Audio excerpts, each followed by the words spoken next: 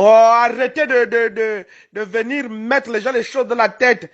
Laissez tout ça. Le Haut-Togo n'a rien eu de ce pouvoir, on n'a rien vu, on n'a rien eu. Nos enfants ont été maltraités, nos enfants ont été bannis.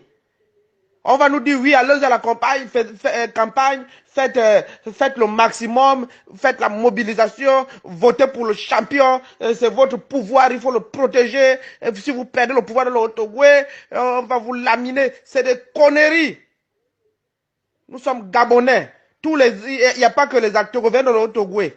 Les autres Gabonais qui y vivent savent que nous vivons dans la précarité la plus extrême. Lorsque Ali Bongo finit de remporter les élections, c'est le Seydou Khan, c'est les Osseni et leurs enfants qui sont promus à des postes de responsabilité, des postes de dignité, des postes de souveraineté comme directeur de cabinet quand même. Quand même. Le cabinet présidentiel qui est le secret de la République, vous donnez à des enfants. On va parler demain, ils vont chercher à poursuivre les gens. Mais, vous mes frères gabonais, qui êtes dans les forces de l'ordre de défense, les services spéciaux et autres là. Ce qu'on dit là, ce n'est pas seulement pour nous, hein. On parle aussi pour vous. Vous n'avez pas marre d'ouvrir les portes aux étrangers qui ont occupé les hautes fonctions, qui occupent les hautes fonctions de votre pays, qui vous malmènent, qui vous envoient sur le terrain torpiller vos propres frères, ça ne vous dit rien. À quand la dignité? À quand la dignité dans ce pays-là? Mais on t'envoie, va attraper tel. Tu dis, je ne l'ai pas vu. Est-ce que tu es censé me voir? Les vrais problèmes du pays, tu ne vois pas. C'est moi qui te les montre que tu vois. On te montre la bête, toi tu vois les empreintes au sol. On te montre la lune, tu regardes le doigt. Le vrai problème est de ce côté-là. On en a marre des gouverneurs tricheurs. On va vous déloger, on va vous dégommer de là. Le pays est à terre par une incompétence notoire. Ça ne va pas, même toi qui écoutes, même toi qui n'es pas d'accord. Est-ce que tu as déjà pris la peine de prendre ton téléphone et appeler, bon oui, qu'est-ce qui ne passe pas, on va essayer de redresser, on va faire ceci. Non, tu n'appelles pas, tu attends cet audio pour dire il est qui pour parler comme ça, mais il est gabonais. Je parle au nom de ce Léon qui disait Gabon d'abord. Je parle au nom de cet Omar Bongo qui disait quand l'étranger t'apporte sa force de travail, apporte-lui ton amitié. Ils sont hautains, ils sont arrogants. À quel niveau ils sont allés maltraiter nos parents?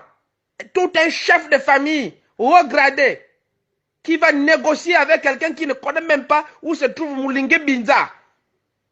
Les gens qui ne votent pas au Gabon, qui n'ont aucune légitimité, comme disait Jean Boniface Assélé, le vieux qui a la farine sur la tête, toute la tête est blanche.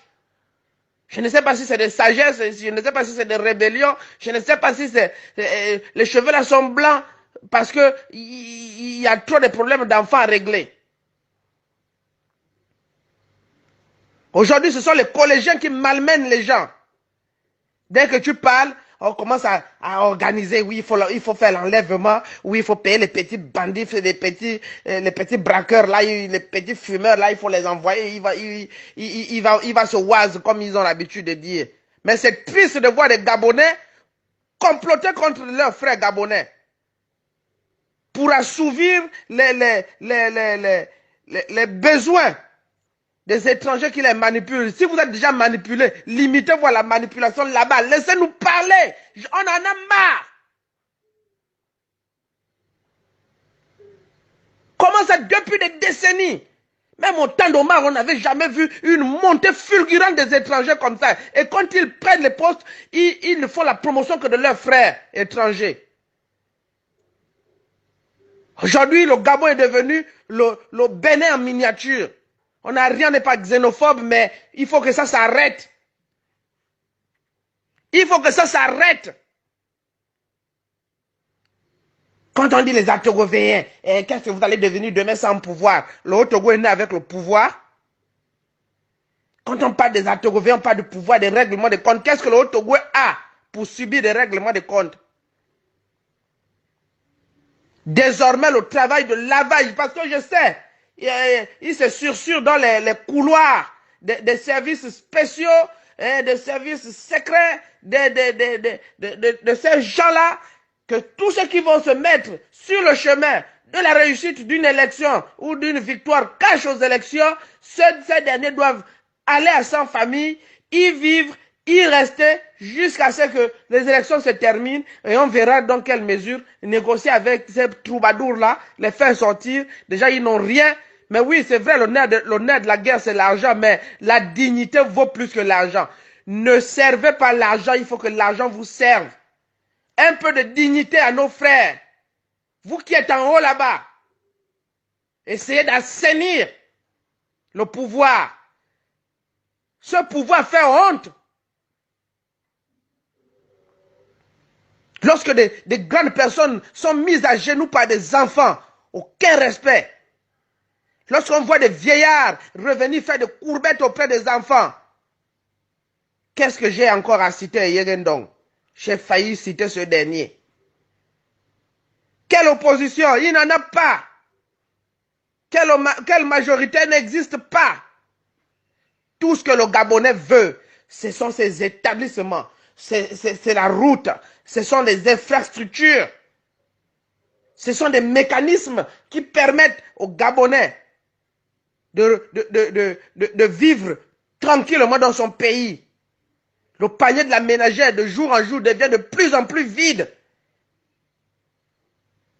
Face à ce mutisme, personne n'ose se lever pour dire trop c'est trop. Les députés sont à la ramasse, ils ne comprennent rien des textes qui leur sont proposés, ils ne comprennent absolument rien du tout. Parce qu'on a voulu voter au nom d'un parent, il n'y avait aucun projet, il n'y avait rien, ils ne consultent pas la base, ils sont déjà députés, ils sont déjà sénateurs, plus personne ne revient. Alors, ici et maintenant, je déclare solennellement ma candidature à l'élection présidentielle. Et ce qui va s'en suivre va poursuivre le cours de l'histoire.